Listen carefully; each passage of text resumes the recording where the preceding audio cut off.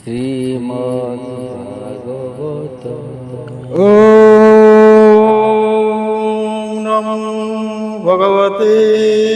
বাসুদেবায়। শ্রীমদ্ভাগবত অষ্টম স্কন্ধ চতুর্বিংশ অধ্যায়। মৎস্যাবতার চরিত 24 অধ্যায়ে বর্ণিত। হেমন্ত সুখ মুখ শুনি আনন্দ মনে রূপমণি। বলে চরণে কর দেই ভৌমুনি নিস্তরিলি মুহি। রাজা পরীক্ষিত উবাচ ବୋଲ ଯେ ମୀନ ଅବତାର ହୋଇଲେ ଜଗତ ଈଶ୍ୱର। ନିନ୍ଦିତ ଜଳଚର ରୂପେ ଦେହ ବହିଲେ କେଉଁ କଳ୍ପେ। କେବଳ କାର୍ଯ୍ୟେ କିସର୍ଥେ ପ୍ରସନ୍ନେ କହ ମୋ ଅଗ୍ରତେ। ତାହା ଚରିତ ପାପୁତାରେ ଅଶେଷ ପ୍ରାଣୀ ଦୁଃଖ ହରେ। ଅନାଦି ପ୍ରଭୁ ନାରାୟଣ ମାୟାର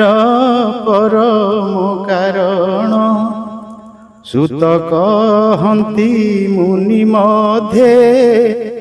ଅତି ଆନନ୍ଦ ଗଦ ଗଦେ। ସୁତ ଉବାଚ ଶୁଣ ସକଳ ଋଷି ଜନେ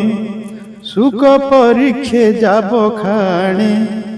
ହେମନ୍ତେ ରାଜା ବାକ୍ୟ ଶୁଣି ପରମାନନ୍ଦ ସୁଖ ମୁନି। ଅତି ହରଷେ ଗଦ ଗଦେ କହନ୍ତି ପରମ ଆନନ୍ଦେ। ଶ୍ରୀ ଶୁକ ଉବାଚ ଶୁଣ ହୋ ଅଭିମନ୍ୟୁ ସୁତ କହିବା ବିଷ୍ଣୁର ଚରିତ। ଅନାଦି ପ୍ରଭୁ ନାରାୟଣ ଅଶେଷ ବ୍ରହ୍ମାଣ୍ଡ କାରଣ। ସୃଜଇ ପାଳଇ ସଂହରେ ସଂସାରେ ନାନା ରୂପ ଧରେ। ଧର୍ମ ରକ୍ଷଣେ ଦେହ ଧରି ଅଧର୍ମ ସମୂହ ନିବାରି। ଦୁଷ୍ଟଙ୍କୁ କରେ ସଂହାରଣ ସାଧୁଙ୍କୁ ରଖେ ନାରାୟଣ। ଶୁଣ ତୁ ଯେବା ଅର୍ଥେ ହରି କୁଚିତ ମୀନ ରୂପ ଧରି। ବ୍ରହ୍ମା ଯେ ସୃଷ୍ଟି ଅନ୍ତ କାଳେ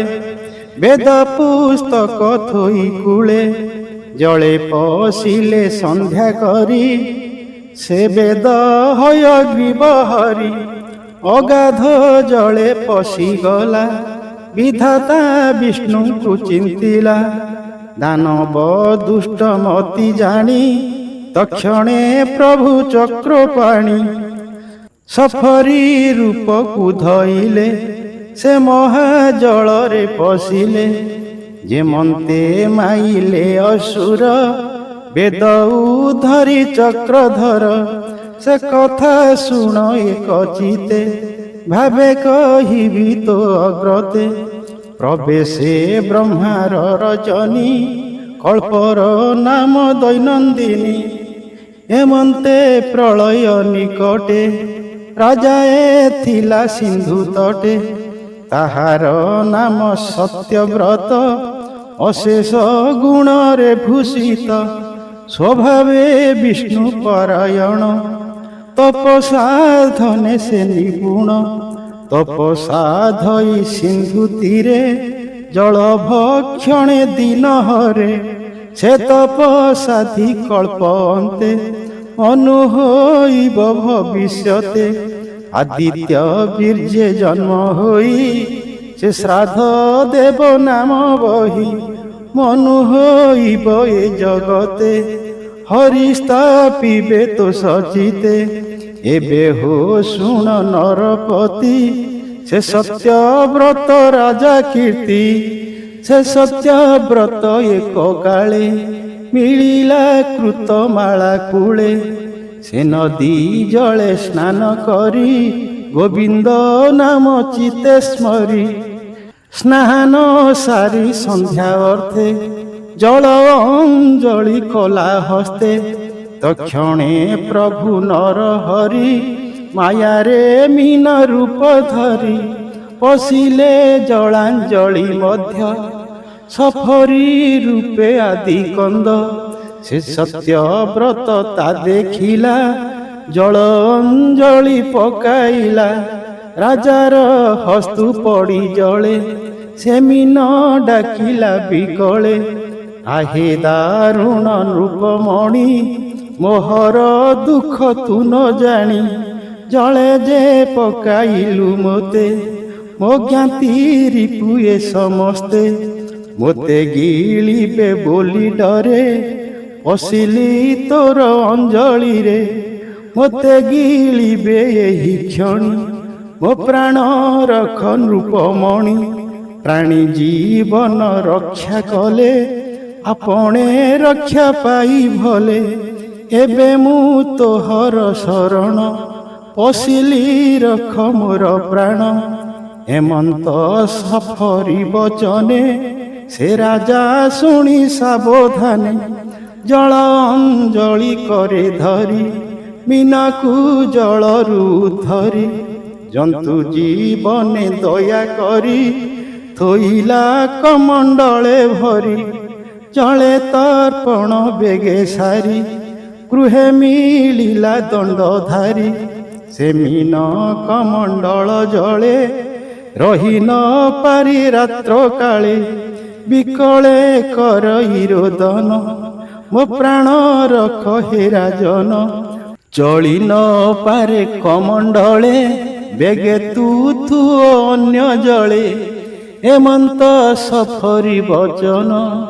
ଶୁଣି ସମ୍ଭ୍ରମେ ସେ ରାଜନ ସେ ମୀନ କମଣ୍ଡଳୁ ନେଇ କଳସ ଜଳ ମଧ୍ୟେ ଥୋଇ ହେମନ୍ତେ ରଜନୀ ପାହିଲା ପୁଣି ସେ ମୀନ ଡାକ ଦେଲା ବୋଲଇ ଶୁଣ ଦଣ୍ଡଧର କଳସୁ ମୋ ପ୍ରାଣ ଉଦ୍ଧର ମୋ ଦେହ କଳସେ ନ ଚଳେ ବେଗେ ତୁ ଅନ୍ୟ ଜଳେ ଯେ ଜଳେ ଆନନ୍ଦେ ବିହରି ଅଳପ ଜଳେ ପ୍ରାଣ ହାରି ତକ୍ଷଣେ କଳସୁ ଧରି କୂପେ ଥୋଇଲା ଦଣ୍ଡଧାରୀ ମୁହୂର୍ତ୍ତେ କୂପ ମଧ୍ୟରେ ରହି ତୃତୀୟ ହସ୍ତ କଲା ଦେହି କୂପେ ସେ ଡାକଇ ବିକଳେ ଭୋରାଜା ଥୁଅ ଅନ୍ୟ ଜଳେ କୂପେ ମୁଁ ନ ପାରଇ ରହି ମୋର ଜୀବନ ରଖ ତୁହି ସଫରି ବାକ୍ୟେ ନୃପମଣି କୂପୁ ଧରି ତାକୁ ଆଣି ତକ୍ଷଣେ ଖାତ ଜଳେ ଥୋଇ ଖାତେ ପୁରିଲା ତାର ଦେହି ଡାକଇ ଜୀବନ ବିକଳେ ନୃପ ରଖ ଅନ୍ୟ ଜଳେ ତକ୍ଷଣେ ଖାତୁ ସେ ଉଦ୍ଧରେ ନେଇ ଥୋଇଲା ସରୋବରେ ଦିବସେ ସରୋବରେ ରହି ଜଳେ ନ ଚଳେ ତାର ଦେହି ପୁଣି ଡାକଇ ଭୟଙ୍କରେ ନୃପ ଥୁଅ ଅନ୍ୟ ନୀରେ ତକ୍ଷଣେ ତଗାଡୁ ଧରି ହ୍ରଦେ ପିଲା ଦଣ୍ଡଧାରୀ ସେ ମୀନ ଦଣ୍ଡେ ହ୍ରଦେ ରହେ ତହିଁ ବଢିଲା ମହାକାଏ ପୁଣି ଡାକିଲା ଘୋର ନାଦେ ରାଜନ ରହି ନୋହେ ହ୍ରଦେ ତା ଶୁଣି ହ୍ରଦୁ ତୋଳି ବଳେ ଖେପିଲା ସମୁଦ୍ରର ଜଳେ ସେ ମୀନ ପଡ଼ି ସିନ୍ଧୁ ଜଳେ ଡାକିଲା ଜୀବନ ବିକଳେ ନୃପ ରଖ ମୋର ପ୍ରାଣ ତୋରେ ମୁଁ ପଶିଛି ଶରଣ ଶରଣ ଜନ ଉପେକ୍ଷିଲେ କେ ତାକୁ ପ୍ରଶଂସଇ ଭଲେ ଏ ଜଳେ ଜୀବ ଛନ୍ତି ଯେତେ ବଳେ ଭକ୍ଷିବେ ଏବେ ମୋତେ ହେମନ୍ତ ମୀନ ମୁଖ ଶୁଣି ମନେ ବିଚାରେ ନୃପମଣି ଏକି ଅଦ୍ଭୁତ କର୍ମ ମୁହିଁ ଜଗତେ ଦେଖିଲି ତ ନାହିଁ କେଉଁ ଦେବତା ମାୟା ବଳେ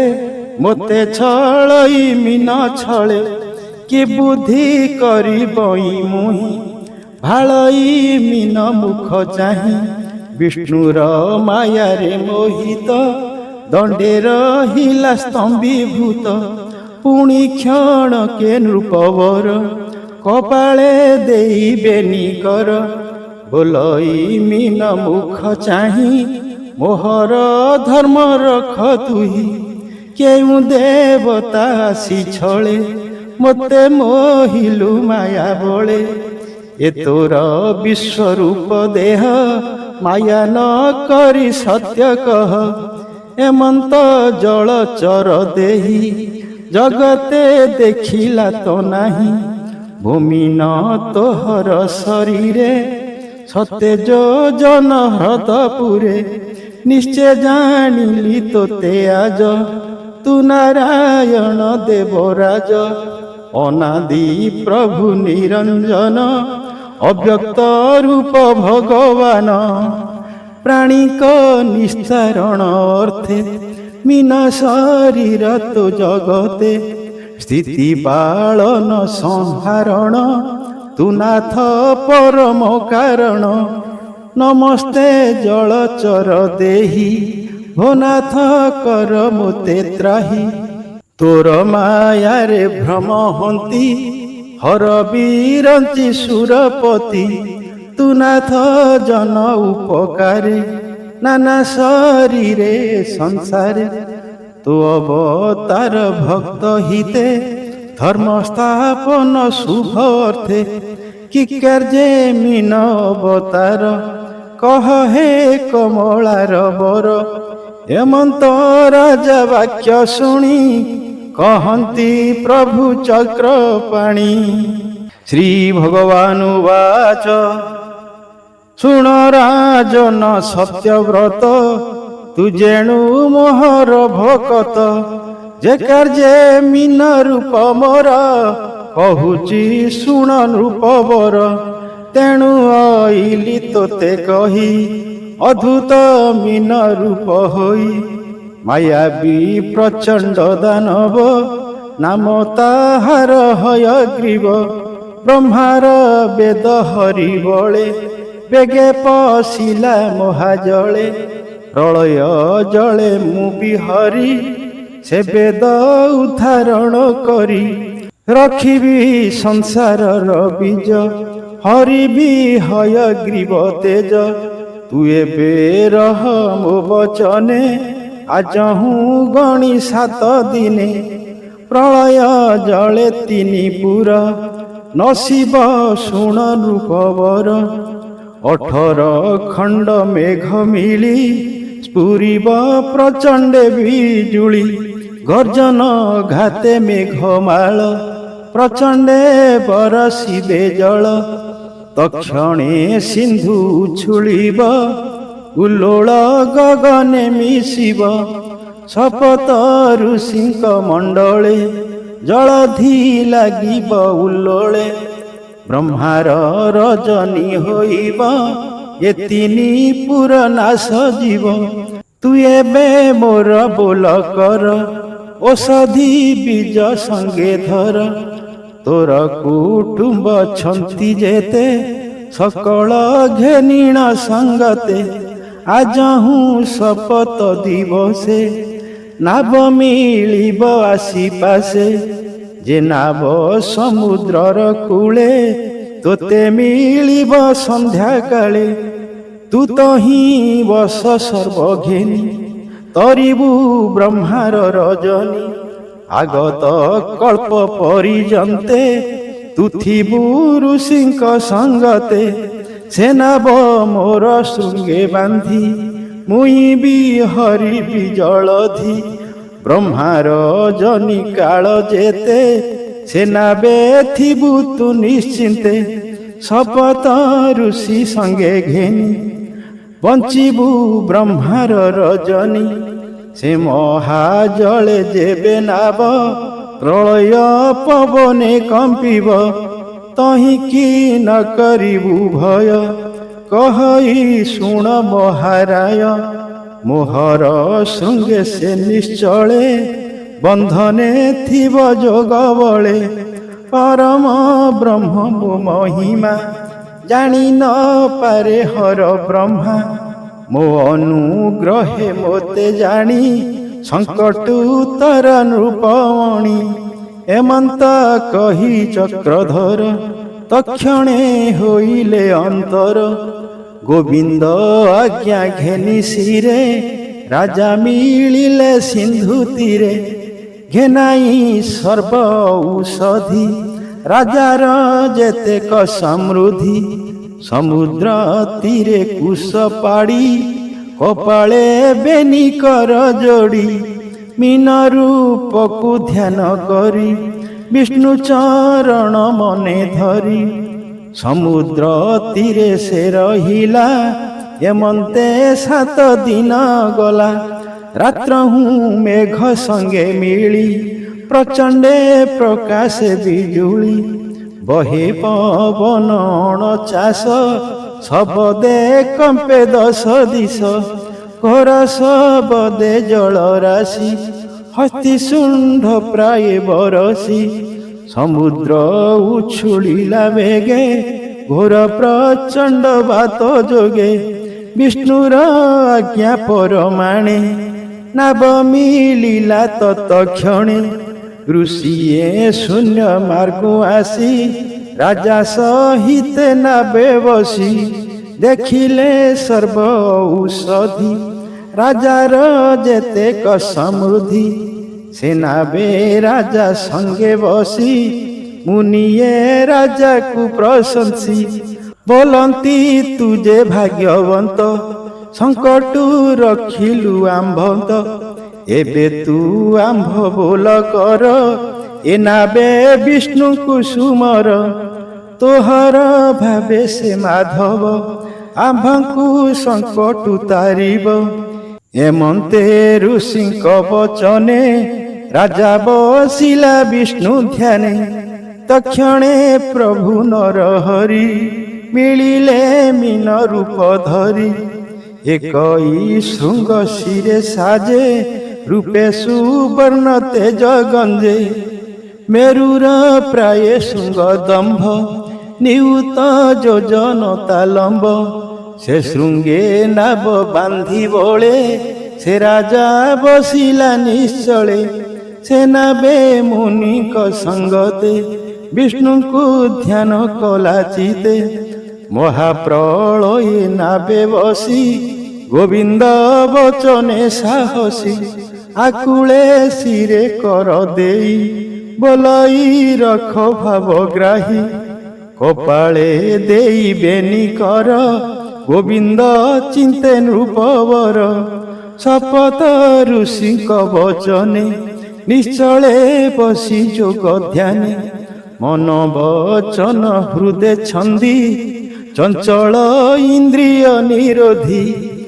अंतरे मन स्थिर कला सुमरी गोविंदर लीला आनंद मने सत्यव्रत स्तूपई जोड़िबेनी हस्त राजा उवाच भोनाथ संकट तारण तो पादे पशिली शरण अशेष ब्रह्मांड ठाकुर ए घोर संकटु धर अनादि अविद्यार बळे प्राणी भ्रमंती ए शयळे जाबत तो पाद न चिंते ताबत सुखी के जगते तू नाथ तापत्र उतारू अशेष गुरुंकर गुरु अज्ञानी जन ए जगते बंधन कर्मर आयते सुखर लोभे दुखे पड़े जाबत भक्ति मार्ग हुड़े ताबत सुख नाही तार लभई दुख महाघोर जाबत न जानई तोते ताबत भ्रमई जगते तोहर माया ए संसार दुर्गम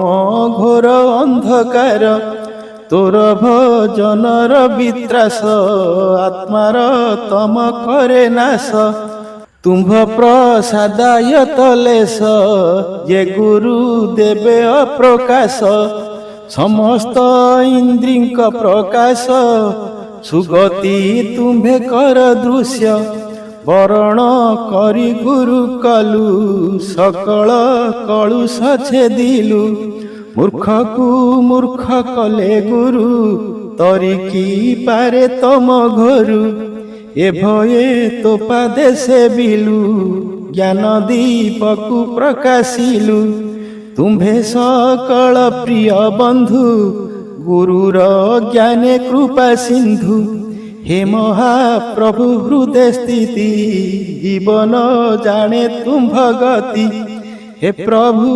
वरद ईश्वर तुम्भरे शरण मोहर हृदय मल ग्रंथि नाश तुम्भर शरीर प्रकाश श्री शुकवाच हेमंत भावे दंडधारी चिते अनेक स्तुति करी रहिला समाधि निश्चले नाबे गोविंद पाद मूले हेमंते शुण नृपमणि तक्षणे प्रभु चक्रपाणि प्रलय जले मीन रूप हयग्रीवर हरिदर्प जले असुर प्राण हरि ब्रह्मार वेद को धरी मिलिले नृपतिर आगे सदय चिते अनुरागे बोलंती राजा मुख चाहि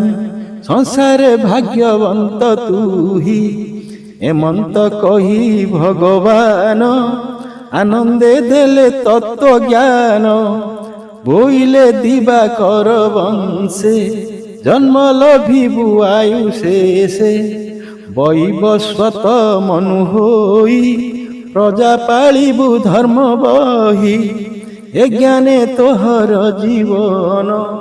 मनुक मध्य हेउ धन्य ए मोर मीन अवतार ध्याने रहिब तो अंतर तोहर तुले मो संवाद शुणन्ते तुटई प्रमाद हेमंत कही भगवान तक्षणे हेले अंतर्ध्यान अष्टम स्कंदे चरित अमृत रसमय गीत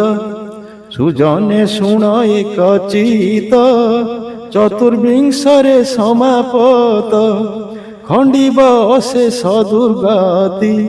सुजने एणे करमति बोलई विप्र जगन्नाथ आशा प्रबंधे भागवत।